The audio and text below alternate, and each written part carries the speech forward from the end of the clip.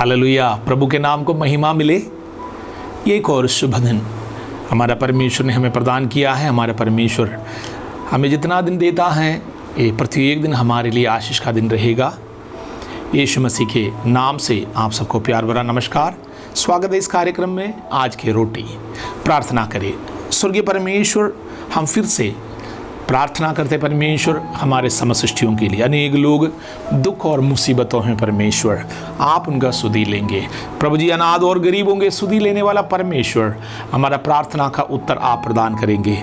हमारा कर्तव्य हमारे देश के प्रत्येक अधिकारीगणों के लिए प्रार्थना करना। प्रभु जी, विशेष करके हमारे हालेलुया राष्ट्रपति, उपराष्ट्रपति, हमारे प्राइम मिनिस्टर, मंत्रिमंडलों के लिए हम प्रार्थना करते हैं। हमारे चीफ मिनिस्टर्स के लिए हम प्रार्थना करते हैं। प्रभु जी, तेरे सेवा में लगे हुए हमारे सुरक्षा के लिए, राष्ट्र की सुरक्षा के लिए जो प्रिय लोग हालेलुया तैनात है प्रभु, हमारे सेना, हमारा पुलिस, हमारे परमेश्वर डॉक्टर्स, हमारे हॉस्पिटल के स्टाफ, संप्रतियों के लिए प्रार्थना करते हैं।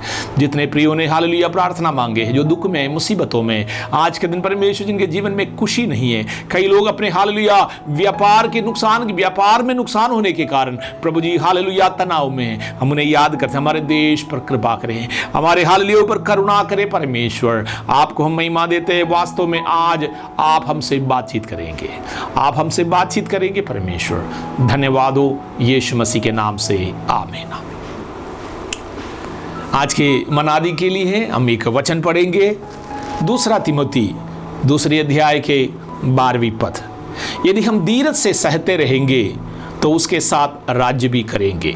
यदि हम उसका इनकार करेंगे तो वो भी हमारा इनकार करेगा। जब हम प्रभु यीशु मसीह को ग्रहण करते हैं, हमें इस बात को समझना है, हमारे परमेश्वर हमें इसलिए बुलाया है कि हम प्रभु के स्वभाव में चलने वाला रहे। आपको परमेश्वर अगर चुनकर अलग किया है तो आपको मुझे समझना है, मसीह के पहचान में हम लोगों को अपने आत्मीय जीवन व्यतीत करना है। प्रभु के वचन में कई ऐसा दृष्टांत हमें दिया है।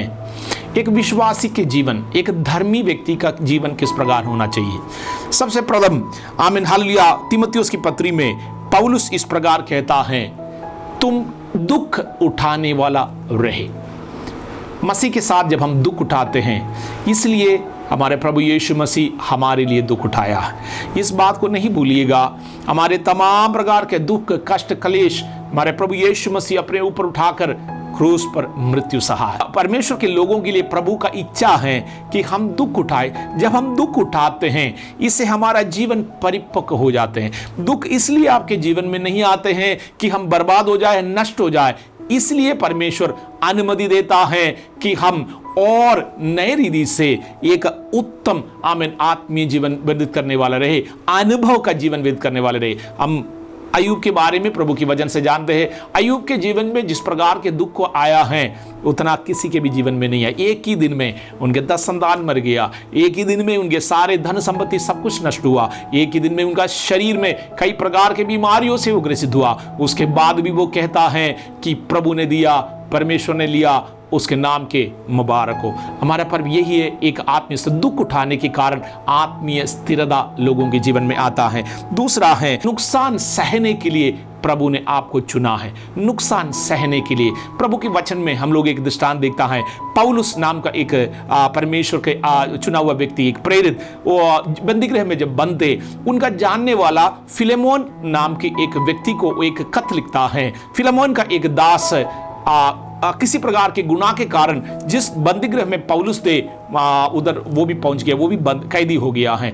जब वो रिहा हुआ है, पौलुस उनके हाथ में एक खत लिख करके फिलेमोन को भेजता है। ये कहता है, यदि ओनेसिमोस तेरा दास किसी प्रकार का नुकसान तुम्हारा पहुंचाया है, यदि किसी भी प्रकार की आर्थिक बातों में वो तुम्हारे प्रति कर्जदार है, तो उनके प्रति एक कर्ज मेरे ऊपर डाल दे, मैं उसका कर्ज चुकाऊंगा। इस प्रकार नुकसान सहने के लिए, उठाने के लिए पौलुस तैयार है।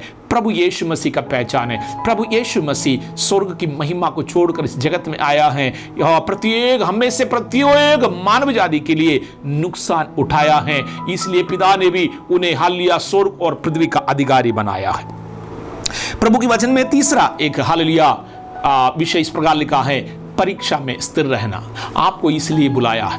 परीक्षा में स्थिर रहने वालों के बारे में याकूब की पत्री में लिखा है, धन्य हैं वे परीक्षा में स्थिर रहता है। आमीन। वो स्थिर रहने के कारण जीवन का मुकुट पाएगा। आमीन। धन्य व्यक्ति भी वही है जो परीक्षा में स्थिर रहता है। अनेक लोग अपने मानसिक संतुलन खो बैठता है जब जीवन में जरा सा भी मुश्किलें, जीवन में जरा सा भी कष्ट और परेशानी आता है, अनेक लोग अपने मानसिक संतुलन खो बैठता है। लेकिन प्रभु के लोगों, परमेश्वर की आत्मा आपके अंदर है।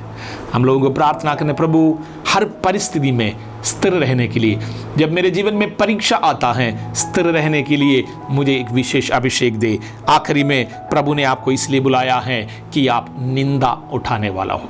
प्रभु यीशु मसीह पृथ्वी के मनुष्यों के लिए आमीन निंदा का पात्र बन गया है। वो इस प्रकार अपने आप को शून्य कर दिया। आमीन। हालेलुया। मृत्यु भी सहना पड़ा। हमारे परमेश्वर हमारे लिए अगर निंदा उठाए है, आपके जीवन में आप कोई किसी प्रकार के अधार्मिकता के काम करके नहीं, किसी प्रकार की अशुद्धि और अनुचित काम करके नहीं, हमारे परमेश्वर धार्मिकता के काम करके निंदा सह लिया आपके लिए और मेरे लिए।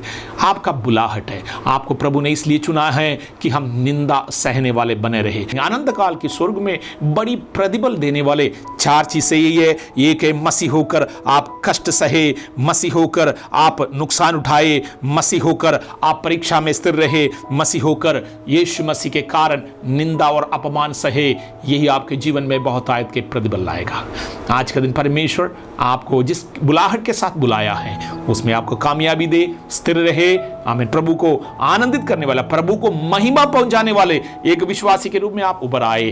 प्रभु को अभी तक जीवन नहीं दिया है, आज से आप भी परमेश्वर को आमीन अपना जीवन दे। प्रभु यीशु मसीह के नाम से मैं प्रत्येक बातों के लिए आशीष और प्रार्थना करता हूं। प्रत्येक बातों में प्रभु आप हमें उत्तर देंगे। मनुष्यों पर हमें भरोसा नहीं है प्रभु, प्रधान और अधिकारियों पर हमारा भरोसा नहीं है, हम अपने आप परमेश्वर के पर भरोसा करते हैं। धन्यवाद हो, महिमा आपको मिले यीशु मसीह के नाम से।